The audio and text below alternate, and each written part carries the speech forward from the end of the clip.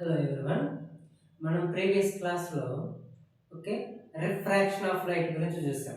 Refraction of light కొన్ని conditions అంటే light ray rarer medium నుంచి డెన్సర్ మీడియం ట్రావెల్ అయితే ఎలా బెండ్ అవుతుంది, డెన్సర్ నుంచి రేరర్ ట్రావెల్ అయితే ఎలా బెండ్ అవుతుంది, లైట్ రే నార్మల్ లైన్ పైనే ట్రావెల్ అయితే అది ఎలా డివియేట్ అవుతుందో చూసాం కదా. సో ఆ కండిషన్స్ 3 చూసాం. ఇప్పుడు ఈ క్లాస్లో లాస్ ఆఫ్ రిఫ్రాక్షన్స్ చూద్దాం. ఓకేనా. సో ఇప్పుడు ఈ క్లాస్లో ఏది laws of refractions, laws of refraction ఇదేదో చూద్దాం. సో లాస్ ఆఫ్ రిఫ్రాక్షన్ మళ్ళీ ఇంతకు ముందే లాస్ ఆఫ్ రిఫ్లెక్షన్స్ గానే చూసాం. లాస్ ఆఫ్ రిఫ్లెక్షన్ లో ఒక లా ఉంది, అది ఏది చెప్పండి? Incident light ray, reflected light ray, normal. All these 3 lines should be lie on the same plane. అది కదా మనం లాస్ ఆఫ్ రిఫ్లెక్షన్ లో చూసింది. అదే లానే ఇక్కడ కానీ అప్లికబుల్ అవుతుంది. అంటే ఫస్ట్ లో ఏం రాయొచ్చు? Incident light ray, incident light ray, refracted light ray, అక్కడ రిఫ్లెక్టెడ్ ఇక్కడ refracted light ray, and normal. And normal all lie అంటే ఈ 3 lines all lie on the same plane, same plane at point of incident. Point of incidence is known as first law of refraction. Incident light ray, refracted light ray, normal all lie on the same plane. ఎలా ఒకసారి చూద్దాం. So this is the interface. Okay, interface m dash is the interface and here it is the normal line, n dash is the normal line, right? Okay, so ఇప్పుడు ఇదేంటిది? Normal line. ఇక్కడ ఏమవుతుంది? Light ఈ point కాడ incident అవుతుంది. This is the incident light. ఇక్కడ ఉండే point ఏమన్నాము? పాయింట్ ఆఫ్ ఇన్సిడెంట్ P తో రిప్రజెంట్ చేస్తాం. సో లైట్ ఇక్కడ నుంచే కదా రిఫ్రాక్షన్ జరగాలి. ఇది refracted light ray. Okay, so incident light ray, normal line, refracted light ray, ఈ 3 ఒకే ప్లేన్ పైన ఒకే పాయింట్ దగ్గర ఉందా? అలా ఉంటేనే రిఫ్రాక్షన్ సాటిస్ఫై అవుతుంది, రిఫ్రాక్షన్ జరుగుతుంది. ఓకేనా. కాబట్టి ఇన్సిడెంట్ లైట్ ఇక్కడ ఉండి రిఫ్రాక్షన్ ఇంకొక చోట, నార్మల్ ఇంకొక చోట ఉండదు కదా. ఎక్కడ ఇన్సిడెంట్ అవుతుందో అక్కడ నుంచే రిఫ్రాక్ట్ అవుతుంది, అక్కడే నార్మల్ లైన్ అనేది ఉంటుంది. కాబట్టి ఈ 3 లైన్స్ ఒకే ప్లేన్ పైన ఒక పాయింట్ దగ్గరే ఉంటే that is the first law of refraction. Okay, clear that point. Next second law. So refraction జరిగేటప్పుడు during the refraction light must follow the Snell's law. ఓకేనా. During the refraction light must follow the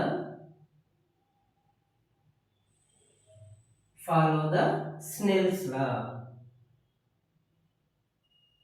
okay, Snell's law అని follow అవుతుంది.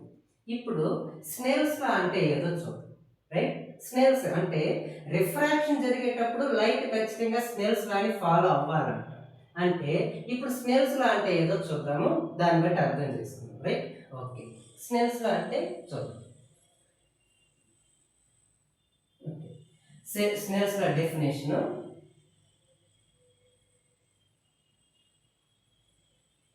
Okay, Snell's law ఇక్కడ the ratio of the sine of the ratio of the sine of the angle of incidence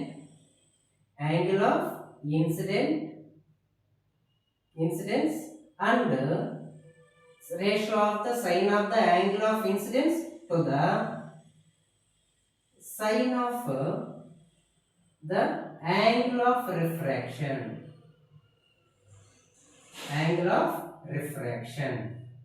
is constant. అంటే sine of the angle of incident అంటే sine i, okay, sine i by sine of the angle of refraction sine r is equals to constant. ఇలా ఉండేదాన్ని మనం ఏం చేస్తున్నాము, Snell's law అంటున్నాం. అంటే ఇందాక ఇక్కడ డ్రా చేశాను కదా, ఏది లైట్ రే ఇలా ఉందనుకోండి, ఇక్కడ ఇన్సిడెంట్ అయింది లైట్ రే, ఇక్కడ రిఫ్రాక్షన్ జరిగింది, ఇక్కడ angle of incident, angle of refraction, ఈ వాల్యూస్ కి సైన్స్ అప్లై చేస్తే ఆ వాల్యూస్ ఏమవ్వాలంట, కాన్స్టెంట్ అవ్వాలి. మరి అండర్స్టాండ్ అన్నట్టు. సో అలా కాన్స్టెంట్ అయ్యేదాన్ని Snell's law. The ratio of the sine of the angle of incident to the sine of the angle of refraction is called constant. That is called Snell's law. ఇప్పుడు ఈ constant ని ఏమంటామంటే, so ఈ constant ని refractive index అంటారు. ఏమంటారు, refractive index. ఆ constant ని ఏమంటారు, రిఫ్రాక్టివ్ ఇండెక్స్. ఇప్పుడు స్నెల్స్ లాని ఇంకొంచెం ఒక చిన్న యాక్టివిటీ చేసి ఇంకాస్త బాగా తెలుసుకుందాం, రైట్. స్నెల్స్ లాని ఒక యాక్టివిటీ ఉంది, ఆ యాక్టివిటీ యూజ్ చేసుకొని మనం ఏం చేద్దాము, sine i by sine r is constant అంటున్నాం కదా, ఎలా కాన్స్టెంట్ వస్తుందో ఒక చిన్న యాక్టివిటీ చేసి చూద్దాం. సో ఇప్పుడు ఇక్కడ వరకు ఇది laws of refractions. First law incident light ray, refracted ray, normal, all line at the same point at the same plane. Next, during the refraction light must follow the Snell's law. Snell's law definition ఇది. Okay, ఇప్పుడు Snell's లాని ఒక చిన్న activity చేసి prove చేస్తాం, అది ఎలాగో. ఓకేనా, ఆ కాన్స్టెంట్ ఏమంటున్నాము, రిఫ్రాక్టివ్ ఇండెక్స్. అంటే స్నెల్స్ లా తెలుసుకున్నాము, దాన్ని బట్టి రిఫ్రాక్టివ్ ఇండెక్స్ ఏదో చూద్దాం, రైట్. రైట్, సో రఫ్ చేసి స్నెల్స్ లాని ప్రూవ్ చేద్దాం. Snell's law activity. So aim of this activity to prove the Snell's law ని రాయొచ్చు. Snell's law ని మనం ప్రూవ్ చేసుకోవాలి. ఓకేనా, ఎలాగో చేద్దాం. So to prove the Snell's law, లేదంటే so to understand the relationship between angle of incident or angle of refraction గానే రాయొచ్చు. మనం దీన్ని బట్టి యాంగిల్ ఆఫ్ ఇన్సిడెంట్ కి యాంగిల్ ఆఫ్ రిఫ్రాక్షన్ కి రిలేషన్ గానే తెలుసుకోవచ్చు, అది కానీ మనం ఎయిమ్ గా రాయొచ్చు. To prove the Snell's law, దాన్ని అలాగే ప్రూవ్ చేస్తాం. లేదంటే to understand the relationship between angle of incident and angle of refraction అని కూడా మనం రాసుకోవచ్చు. నో ప్రాబ్లం, ఇది ఓకే. సో దీనికి ఇది ఎయిమ్. దీనికి రిక్వైర్డ్ మెటీరియల్స్ ఏమన్నా ఉన్నాయా? రిక్వైర్డ్ మెటీరియల్స్ కావాలి కదా ప్రూవ్ చేయాలంటే. సో రిక్వైర్డ్ మెటీరియల్స్ ఏం తీసుకుంటామంటే, సెమీ సర్కులర్ గ్లాస్ స్లాబ్ లేదా glass disc. Okay, glass slab, semi circular glass slab అంటే సో ఇలా ఉంటుంది గ్లాస్ స్లాబ్. గ్లాస్ డిస్క్, ఒక గ్లాస్ ప్లేట్, ఒక గ్లాస్ ప్లేట్ ఎలా ఉంటుందంటే ఇలా ఉంటుంది, కాస్త థిక్నెస్ గా ఉంటుంది, థిక్ గా ఉంటుంది ఇది. సో అది ఈ షేప్ లో ఉంటే సెమీ సర్కులర్ గ్లాస్ స్లాబ్ అంటాం ఇది. నెక్స్ట్ ఇది, నెక్స్ట్ ఇంకా ఏమేమి కావాలి, white chart, protractor. Okay, protractor కావాలి. Next scale, pencil. Next laser light కానీ కావాలి ఇది. ఓకేనా, ఏది required materials, semi circular glass slab కావాలి, white chart, okay, white chart, protractor కావాలి, అదే విధంగా స్కేల్, పెన్సిల్స్, లేజర్ లైట్స్ ఇవన్నీ కావాలి. సో ఎక్స్పెరిమెంట్ చేయడానికి ఇవి రిక్వైర్డ్ మెటీరియల్స్. ఇప్పుడు ప్రొసీజర్ చూద్దాం. ఓకే, ప్రొసీజర్ దీన్ని బేస్ చేసుకొని మనం ఫస్ట్ ఏం తీసుకోవాలి, వైట్ చార్ట్ ని తీసుకొని ఒక డ్రాయింగ్ బోర్డ్ కి ఫిక్స్ చేసేయాలి. Okay, take a white chart, fix that white chart on the drawing board. ఈ డ్రాయింగ్ బోర్డు పైన ఈ వైట్ చార్ట్ ని ఇలా ఫిక్స్ చేసేసాం. ఫిక్స్ చేసేసి ఇప్పుడు ఈ వైట్ చార్ట్ ని 4 పార్ట్స్ గా డివైడ్ చేసుకున్నాం. ఇది ఇలా ఒక లైన్, సో నెక్స్ట్ ఇలా ఒక లైన్ 4 పార్ట్స్ గా డివైడ్ చేసి ఈ లైన్ ని ఇంటర్ఫేస్ అనుకుందాం, m డాష్ ఇంటర్ఫేస్. ఈ లైన్, ఈ పర్పెండిక్యులర్ లైన్ ని n డాష్ నార్మల్ అనుకుందాం. ఓకేనా, ఇప్పుడే కన్సిడర్ చేసుకుంటా ఉన్నాం. ఇది వైట్ చార్ట్, వైట్ చార్ట్ లో 2 పెర్పెండిక్యులర్ లైన్స్ డ్రా చేసుకొని ఒక లైన్ ఏమో ఇంటర్ఫేస్ అనుకున్నాం, ఇంకొక లైన్ నార్మల్ లైన్ అనుకున్నాం. ఓకేనా? ఇది నెక్స్ట్ ప్రొట్రాక్టర్ అంటే తెలుసు కదా, మామూలుగా ఇది ఇలా ఉంటుంది చూసారా ప్రొట్రాక్టర్. ఇది కూడా తెలుస్తుంది. ఇట్లా మనము యాంగిల్స్ ని మెజర్ చేస్తాం, 90 డిగ్రీస్, 0, 180 ఇలా ఉంటాయి. సో ఇప్పుడు ఇది సర్క్యులర్ ప్రొట్రాక్టర్ ఎలా ఉంటుందంటే సర్కిల్ లాగా ఉంటుంది. ఎలా ఉండాలి అంటే దీంతో 360 డిగ్రీస్ మెజర్ చేయొచ్చు. ఓకేనా? సర్కిల్ లా ఉంటుంది ప్రొట్రాక్టర్, అది తీసుకోవాలి ఇక్కడ. సో 0, 90, 180, 270, మళ్ళీ ఇక్కడ 360 వస్తుంది.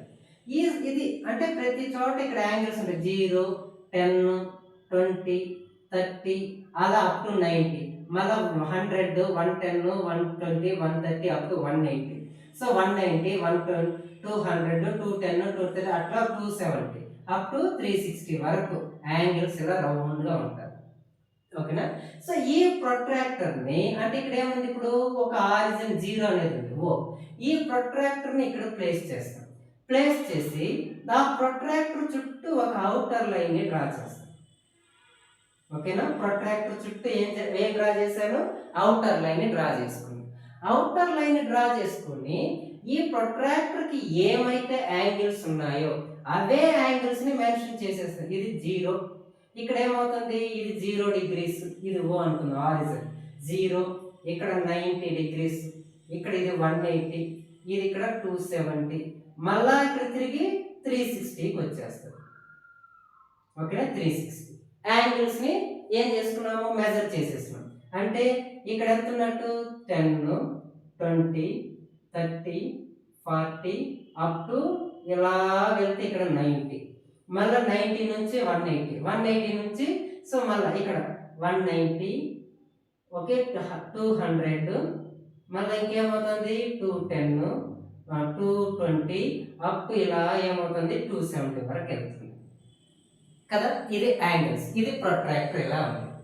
ఓకే, సో ఏమేమి తీసుకున్నాము, వైట్ చార్ట్ తీసుకున్నాము. వైట్ చార్ట్ ని డ్రాయింగ్ బోర్డ్ కి ఫిక్స్ చేసేసి, ఫిక్స్ చేసిన తర్వాత వైట్ చార్ట్ ని డ్రాయింగ్ బోర్డ్ కి ఫిక్స్ చేసిన తర్వాత వైట్ చార్ట్ పైన 2 పెర్పెండిక్యులర్ లైన్స్ ని డ్రా చేసాం. ఒక లైన్ ని ఇంటర్ఫేస్ M డాష్ అనుకున్నాము, ఇంకొక లైన్ ని నార్మల్ N అనుకున్నాం, N డాష్ అనుకున్నాం. మళ్ళీ ఏం తీసుకుంటున్నాం, ప్రొట్రాక్టర్ తీసుకున్నాం, 360 డిగ్రీస్ ఉండే యాంగిల్. సో దీని మీద ప్లేస్ చేసి అవుటర్ లైన్ ని డ్రా చేసుకొని ఆ స్కేల్ అలాగే మెన్షన్ చేసుకున్నాం. ఓకేనా? ఇప్పుడు ఇది ఒక ప్రొట్రాక్టర్ లాగా అయింది. ఓకే, సో ఇప్పుడు ప్రొట్రాక్టర్ రిమూవ్ చేసేసి స్కేల్ అంతా మెన్షన్ చేసుకున్నాం. ఇప్పుడు ఏం చేయాలి అంటే so semi circular glass slab తీసుకోవాలి. ఇంకేం తీసుకోవాలా, semi circular glass slab. Semi circular glass slab అంటే ఎట్లా ఉంటుంది, ఇలా ఉంటుందని ఇందాక చెప్పాను కదా. ఇది సెమీ సర్క్యులర్ గ్లాస్ స్లాబ్. ఈ సెమీ సర్క్యులర్ గ్లాస్ స్లాబ్ లో ఈ డయామీటర్ అలాగే దీని మీద కోఇన్సిడెన్స్ అయ్యే విధంగా, అంటే ఇక్కడ కోఇన్సిడెన్స్ అయ్యే విధంగా మనం సెమీ సర్క్యులర్ గ్లాస్ స్లాబ్ ని ఇలా ప్లేస్ చేసాం. అంటే ఇప్పుడు ఇదేంటిది, సెమీ సర్క్యులర్ గ్లాస్ స్లాబ్ ని ఇక్కడ పెట్టాను నేను. గ్లాస్ స్లాబ్ అని, ఓకేనా? లైన్ పంపించాలి దాంట్లోకి అట్లా. ఓకే, సో ఈ డయామీటర్, ఈ లైన్ ఇక్కడుండే ఈ లైన్ తో కోఇన్సిడెన్స్ అయ్యే విధంగా ఏం చేశాను, సెమీ సర్క్యులర్ గ్లాస్ స్లాబ్ ని ప్లేస్ చేశాను. ఓకేనా? ఇలా పెట్టేశాను. ఇప్పుడు నేను ఏం చేస్తున్నానంటే ఒక లేజర్ లైట్ ని తీసుకున్నాను, లేజర్ లైట్. ఓకే, ఈ లేజర్ లైట్ ని నేను కొంత యాంగిల్ తో నేను ఇక్కడ ఈ గ్లాస్ లైట్ పంపిస్తూ ఉంటాను. ఓకేనా? లేజర్ లైట్ ని ఇక్కడ నుంచి ఏం చేస్తానంటే ఇలా నేను ప్రొజెక్ట్ చేస్తూ ఉంటాను. అంటే లైట్ ఇక్కడ వరకు ఇక్కడ గ్లాస్ లైట్ ఇన్సిడెంట్ అవుతుంది, స్లాబ్ లోకి వెళ్ళగానే ఏమవుతుంది, రిఫ్రాక్షన్ జరుగుతుంది. రిఫ్రాక్షన్ జరిగి అది ఎలాగో ఒక విధంగా రిఫ్రాక్షన్ జరిగి ఒక డైరెక్షన్ లో ఏమవుతుందంటే మూవ్ అవుతూ ఉంటుంది. ఓకేనా? అట్లా నేనేం చేస్తున్నాను, ఇప్పుడు ఇది 0గా తీసుకుంటా, 0 డిగ్రీస్ అంటే 0 డిగ్రీస్ యాంగిల్ గా తీసుకొని ఒక్కొక్క యాంగిల్ తో నేను లేజర్ లైట్ ని అలో చేస్తూ ఉంటాను. అంటే ఫర్ ఎగ్జాంపుల్ ఇక్కడ ఇది లేజర్ లైట్ అనుకున్నాం. ఓకేనా? లేజర్ లైట్ ఇలా ఉంది, లేజర్ లైట్ ఇక్కడ నుంచి. సో నేను 15 degrees యాంగిల్ ఆఫ్ ఇన్సిడెంట్ అంటే నార్మల్తో ఇక్కడ ఎంత ఉండాలి 15 degrees. ఓకేనా 15 degrees తో ఈ లేజర్ లైట్ ఏం చేశాను గ్లాస్ లోపలికి ఇన్సిడెంట్ చేశాను. ఇప్పుడు లైట్ అనేది ఇలా వెళ్ళి గ్లాస్ లోపలికి ఎంటర్ అయింది కదా, అంటే ఇవంతా ఇక్కడ ఏముంది గ్లాస్ స్లాబ్ లేదు, ఇవంతా ఇదేది నార్మల్గా ఎయిరే. ఇంకా గ్లాస్ స్లాబ్ అనేది ఏంటి దానికి ఒక డెన్సిటీ ఉంటుంది కాబట్టి గ్లాస్ స్లాబ్ గ్లాస్ కదా, గ్లాస్ అనేది డెన్సర్ మీడియం. ఓకేనా ఎయిర్ ఇది డెన్సర్ మీడియం. లైట్ ఇప్పుడు ఏమవుతుంది ఎయిర్ నుంచి డెన్సర్ మీడియంకి వెళ్ళగానే ఎట్లా బెండ్ అవుతుంది, it bends towards the normal. ఇలా వెళ్ళగానే ఇలా బెండ్ అయింది. ఓకే ఇలా బెండ్ అయిపోతాను. బాగా అబ్జర్వ్ చేస్తూ రండి. నేను యాంగిల్ ఆఫ్ ఇన్సిడెంట్ ఎంత తీసుకున్నాను 15 degrees తీసుకున్నాను. ఇలా లైట్ ఇన్సిడెంట్ చేస్తే అది గ్లాస్లోకి వెళ్ళగానే ఇటు బెండ్స్ టువర్డ్స్ ద నార్మల్, అంటే ఇలా వెళ్ళిపోకుండా స్ట్రైట్గా నార్మల్ వైపు బెండ్ అయింది. సో ఎంతో కొంత యాంగిల్తో బెండ్ అయింది కాబట్టి అక్కడ యాంగిల్ ఆఫ్ రిఫ్రాక్షన్ ఎంత ఇక్కడ చూసి ఫర్ ఎగ్జాంపుల్ అంటే ఇక్కడ 15 degrees ఇచ్చాను అనుకోండి, ఇక్కడ ఒక 14 degrees లేదా ఎంతో కొంత ఉంటుంది. అంటే మనం ఇప్పుడు యాంగిల్స్ ఇలా మెజర్ చేసుకుంటూ రావాలి కాబట్టి ఇది 0, ఇది 10, ఇది 20, ఇది 30 ఇలా మెజర్ చేసుకుంటూ రావాలి యాంగిల్స్. ఓకేనా మామూలుగా ప్రొట్రాక్టర్లో స్కేల్ ఎలా ఉంటుంది 10, 23. బట్ మనము ఎప్పుడు కానీ యాంగిల్ ఆఫ్ రిఫ్రాక్షన్ ఎలా చేయాలి నార్మల్కి రిఫ్రాక్టివ్ లైట్కి మధ్యనే యాంగిల్ మెజర్ చేసుకోవాలి. కాబట్టి ఇక్కడ 0 తీసుకొని 0, 10, 20 తీసుకొని ఇలా మెజర్ చేసుకుంటాం. ఓకేనా ఇలా మెజర్ చేసుకుంటూ ఉంటాం. ఇక్కడ కానీ లైట్ ఇలా ఇన్సిడెంట్ చేస్తున్నాం అంటే నార్మల్కి సమ్ యాంగిల్తో ఇన్సిడెంట్ చేస్తున్నాం కాబట్టి ఇలాగే ఇక్కడ ఇది ఇప్పుడు 0 నుంచి ఇక్కడ 9 ఇక్కడ 0 నుంచి స్టార్ట్ అయితే ఇక్కడ ఏమొస్తుంది 90 degrees వస్తుంది. ఇలా ఇన్సిడెంట్ చేస్తూ ఉంటాం. ఓకేనా సో నేను ఇప్పుడు ఏం చేస్తాను ఇక్కడ యాంగిల్ ఆఫ్ ఇన్సిడెంట్ ఎంత తీసుకున్నాను 15 degrees తీసుకున్నాను. Angle of incident angle of refraction దానికి sin i. మళ్ళా వీటన్నిటిని నీట్గా రాద్దాం ఒక టేబుల్లో. Angle of incident find out చేసుకోవాలి, యాంగిల్ ఆఫ్ రిఫ్రాక్షన్ కావాలి sin i. ఓకేనా sin r. Okay next sin i by sin r. ఇది మనం తీసుకోవాల్సిన టేబుల్. ఈ టేబుల్ ఏం చేయాలి మనము మెన్షన్ చేయాలి ఇక్కడ. ఓకేనా ఈ టేబుల్ ఇప్పుడు ఫస్ట్ నేను యాంగిల్ ఆఫ్ ఇన్సిడెంట్ ఎంత తీసుకున్నాను 15 degrees తీసుకున్నాను.